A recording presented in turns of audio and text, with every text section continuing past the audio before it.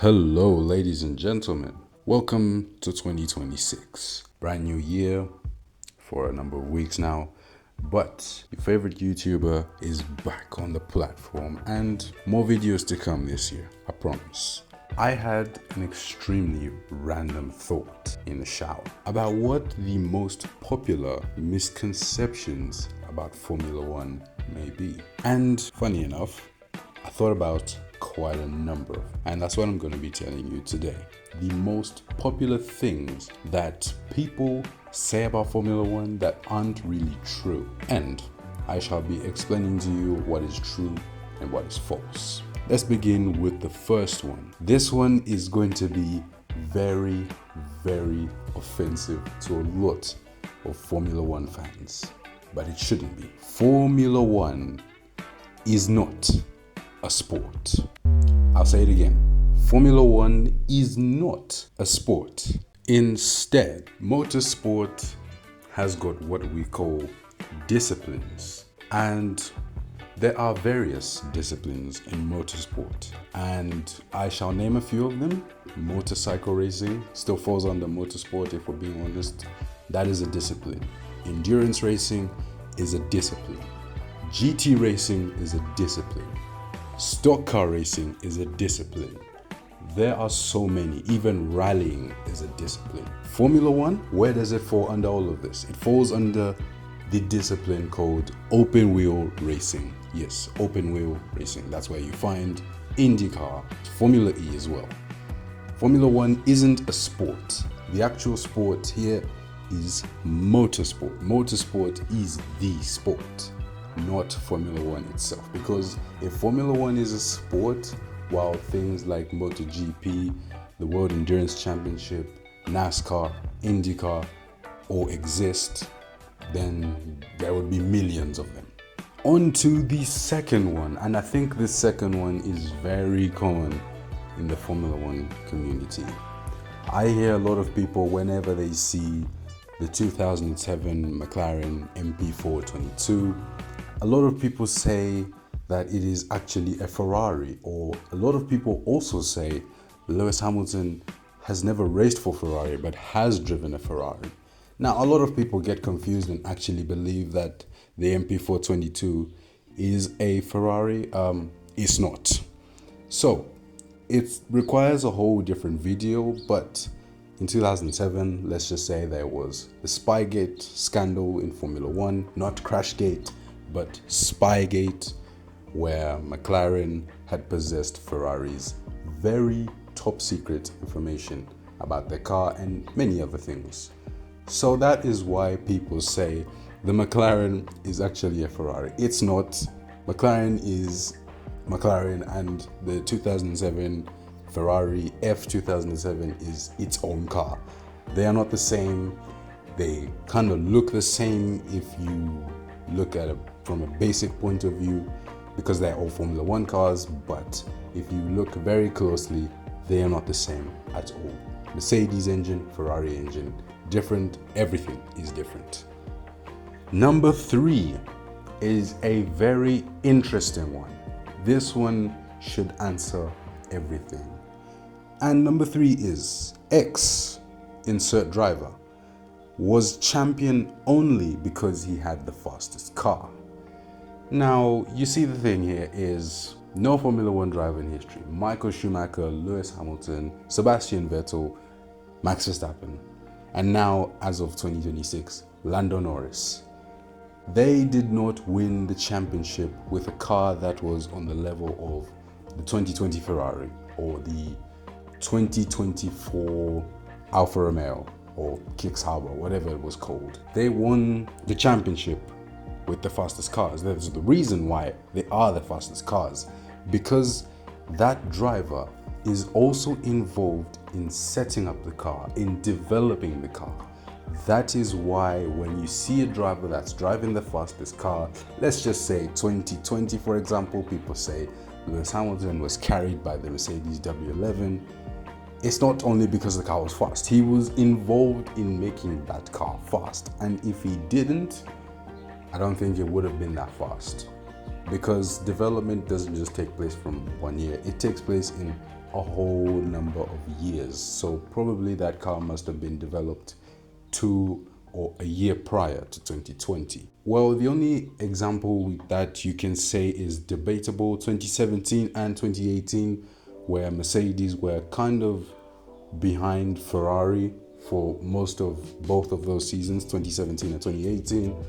But I think it was more of a equal situation. Maybe 2021 as well, because Red Bull and Mercedes were going band for band with each other. So it is debatable, but we've all understood that the fastest driver or the fastest car is also developed by the person that's driving it. Yes, on to number 4. Number 4, I think, is something that every Formula One fan understands, and that is Formula One is an easy sport. Now, I think everyone that's ever done sports knows that no sport is easy. People say it's driving a car just like you drive your normal road car. I don't think a Honda Fit or a Aston Martin DB9 could take Eau Rouge and Radeon flat out. I think that's practically impossible. You can try, but I don't think that's going to end well. Formula One is not easy even in the slightest, because the training that these drivers have to go through is immense. Hand training, neck training, just everything. Mental training especially. The things they go through in the cockpits, the heat. We can take 2023 Qatar, for example, where it was extremely hot. Drivers sweating, drivers almost passing out, drivers failing to get out of their cars.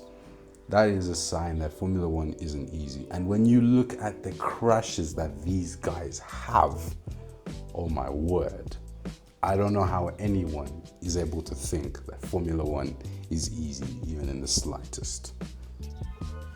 Now, this 5th one is also a very big misconception, especially in the last 3 years.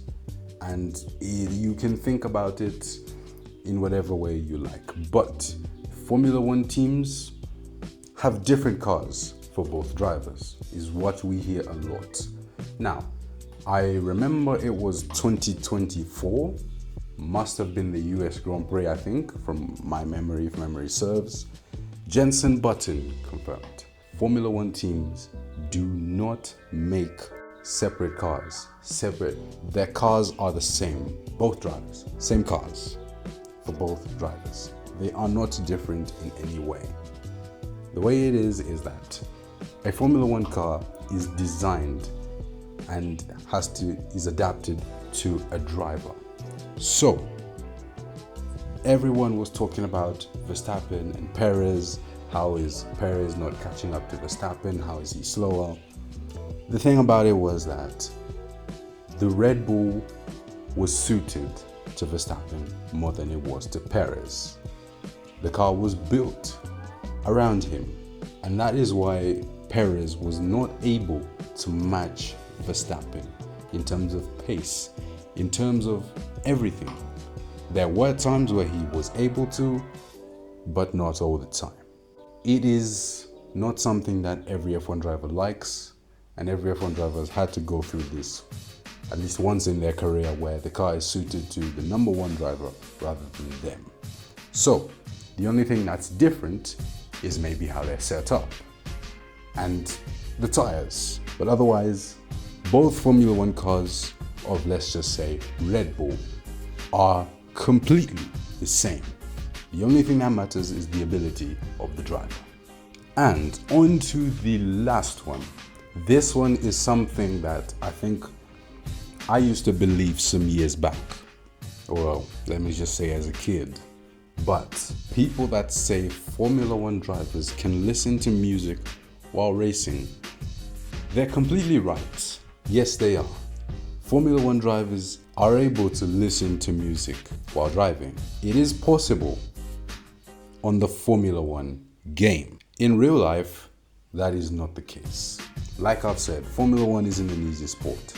it requires a lot of mental resilience, and also there are things like communication from the engineers. While you are playing music, I don't think you'd be able to hear your engineer. Just try to imagine playing Drake while your engineer is trying to tell you, box, come into the pits. I don't think that really would work out. That is why Formula One drivers do not listen to music. And if you want to say, is that the only reason? Yes, like I stated a few seconds ago, they also need 101% focus while driving. These races can be heated, and I don't think any person in history would thinking about the concept of playing Playboy Carti while you're going side by side with Max Verstappen in the Monaco Grand Prix. I don't think that doesn't sound possible. Just as it is going side by side in Monaco, especially with Max Verstappen, that's not possible. But that's besides the point.